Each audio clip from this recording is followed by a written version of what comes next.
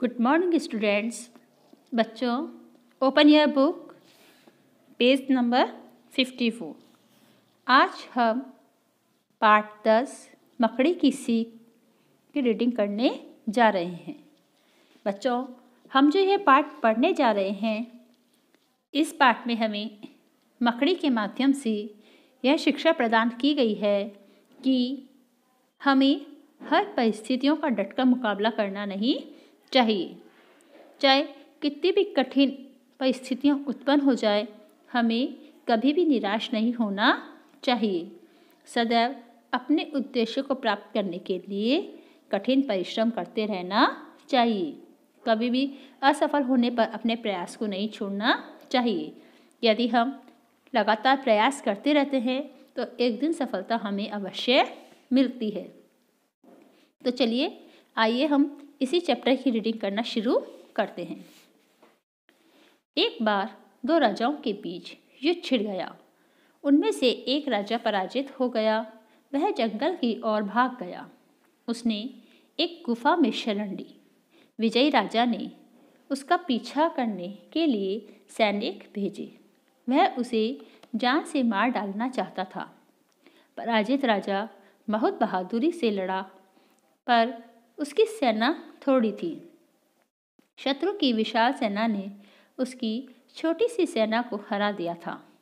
मजबूर होकर वह अपनी जान बचाने के लिए उसे जंगल की ओर भागना पड़ा।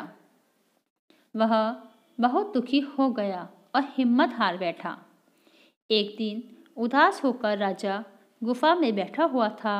तभी उसका ध्यान एक छोटी सी मकड़ी की ओर गया। वह गुफा की छत के एक कोने में जाला बुनने का प्रयत्न कर रही थी। प्रयत्न यानी प्रयास, कोशिश। वह सरपट दीवार पर चढ़ती, बीच में जाले का कोई धागा टूटता और वह जमीन पर आ गिरती।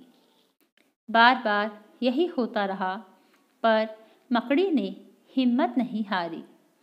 वह बार बार प्रयास करती रही। आखिरकार जाला बुनते बुनते वह छत तक पहुंचने में सफल हो गई। उसने पूरा जाला बुनकर तैयार कर दिया।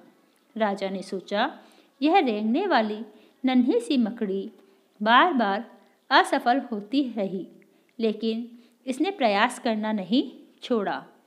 मैं तो राजा हूँ, फिर मैं प्रयास करना क्यों छोड़ दूँ? मुझे फिर से प्रयत्न करना चाहिए। उसने दुश्मन से एक बार फिर युद्ध करने का निश्चय किया। राजा जंगल से बाहर निकलकर अपने विश्वास पात्र सहयोगियों से मिला। विश्वास पात्र यानी जो भरोसा करने वाले हो, जिन पर हम भरोसा कर सकते हैं, उन्हें हम विश्वास पात्र कहते हैं।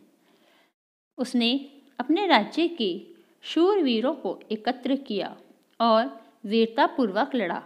आखिरकार उसकी विजय हुई। उसे अपना राज्य वापस मिल गया।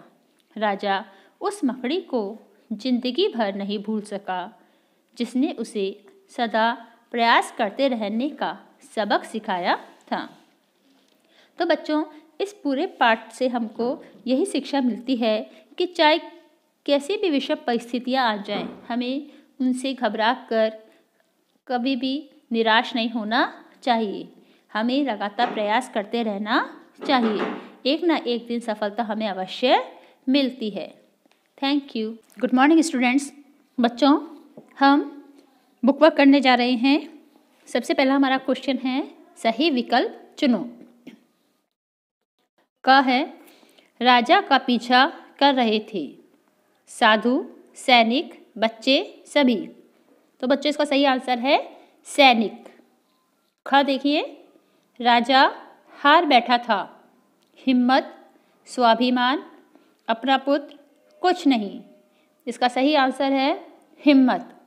फर्स्ट वाला ऑप्शन राइट है, उस पर आप राइट का निशान लगाइए। ग है, जाला बना रही थी मकड़ी, मक्खी, मधुमक्खी, ततैया। तो इसका सही आंसर है मकड़ी। फर्स्ट वाला ऑप्शन राइट है, इस पर राइट का निशान लगाइए। चलिए अब हम क्वेश्चन नंबर 4 रिक्त स्थानों की पूर्ति करो करने जा रहे हैं। यहाँ आपको हेल्प बॉक्स दे रखा है और इस हेल्प बॉक्स में से हमको सही शब्द चुनकर अपने रिक्त स्थान फिल करने हैं, पूरे करने हैं। क पर देखिए, 2 राजाओं के बीच डैश छिड़ गया, तो इस डैश में आप लिखेंगे युद्ध। ख वाला देखिए, विजयी राजा ने उसका पीछा करने के लिए डैश भेजे, इस डैश में आप लिखेंगे सैनिक। ग वाला देखिए, शत्रु की विशाल सेना ने उसकी छोटी सी डैश को हरा दिया, इस डैश में आप भरेंगे सेना। लास्ट वाला देखिए, घ वाला, उसका ध्यान एक छोटी सी डैश की ओर गया, इस डैश में आप भरेंगे मकड़ी। अब हम क्वेश्चन नंबर 5 सही के या गलत का निशान लगाओ। जो वाक्य सही है उसके आगे सही का निशान लगाना है और जो गलत है उसके आगे हमको गलत का निशान लगाना है। चलिए का वाला देखिए, युद्ध 2 महिलाओं के बीच छिड़ा था, रॉन्ग, इस पे आप गलत का निशान लगाएंगे। ख वाला, युद्ध में दोनों राजा मारे गए, इस पर भी आप गलत का निशान लगाएंगे। ग वाला देखिए, मकड़ी ने हिम्मत नहीं हारी, यह सही है, इस पे आप सही का निशान लगाएंगे। घ वाला, अंत में राजा को अपना राज्य वापस मिल गया, यह राइट है, इस पे आप राइट का निशान लगाइए। तो हमारा बुक वर्क भी कंप्लीट हो गया है। अब कल हम कठिन शब्द, शब्दार्थ और प्रश्नोत्तर करेंगे। Okay, thank you.